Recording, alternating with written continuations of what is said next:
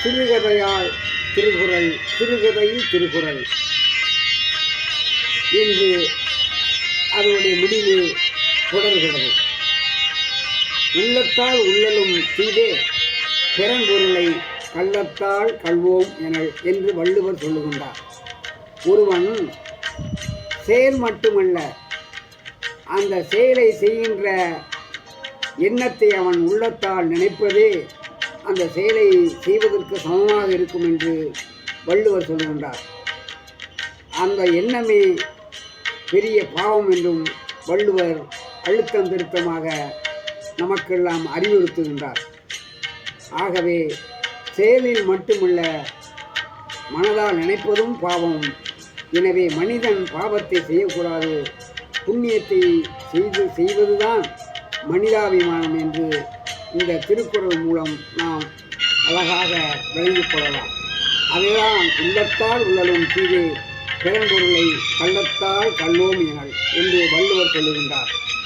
இந்த 2 இளைஞர்களையும் அழைத்து கொண்டு அந்த ஊரை ஏமாற்றி வாழ்ந்து வருகின்ற சாமிநாதன் என்பவன் சுடுகாட்டுக்கு சென்றான். ஒருவன் முக்காடு போட்டுக்கொண்டு ஒருவனை மேடையில் அமர வைத்துவிட்டு இன்னொருவனை முக்காடு போட்டுக்கொண்டு சுடுகாட்டுக்கு அழைத்து வந்தான்.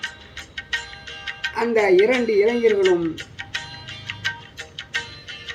பேய் என்று ஒருவரை நம்பி முக்காடு போட்டு நடந்து சென்றவன் முக்காடு போட்டு அமர்ந்திருக்கின்றவனை அருகில் சென்று உற்று பார்த்து விட்டு வந்தான்.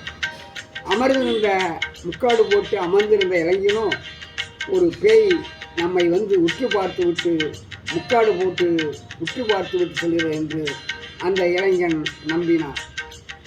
எனவே மாணவ செல்வங்களே, நாளை இளைஞர்களாம் மாணவ செல்வங்களே, நீங்கள் இதுபோல இளைஞர்களை போல இவர்கள் அறம் போலும் கூர்மையரேனும் மரம் போல்வர் மக்கள் பண்பு இல்லாதவர் என்று வள்ளுவர் சொல்லுவதை போல கூர்மையான அறிவு படைத்தவராக இருந்தாலும் மக்கள் பண்பு இல்லாத இந்த சாமிநாதனை போன்றவர்கள், ஊரை ஏமாற்றி வாழ்கின்ற சாமிநாதனை போன்றவர்கள் மரத்திற்கு ஒப்பாக வள்ளுவர் சொல்வதை போல மாணவ செல்வங்களே, நீங்களெல்லாம் சிந்தனை செய்து இது போன்ற ஊரை ஏமாற்றுகின்ற,